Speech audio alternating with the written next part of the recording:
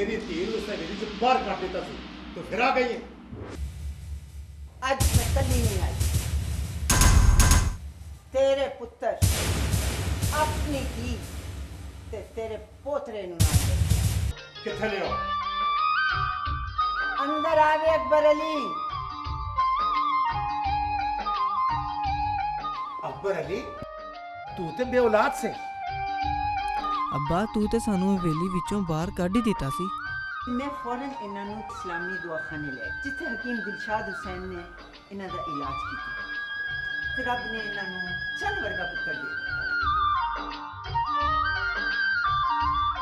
वाह हकीम दिलशाद हुसैन मैं तेरा मुंह नोटा नाल कर दिया।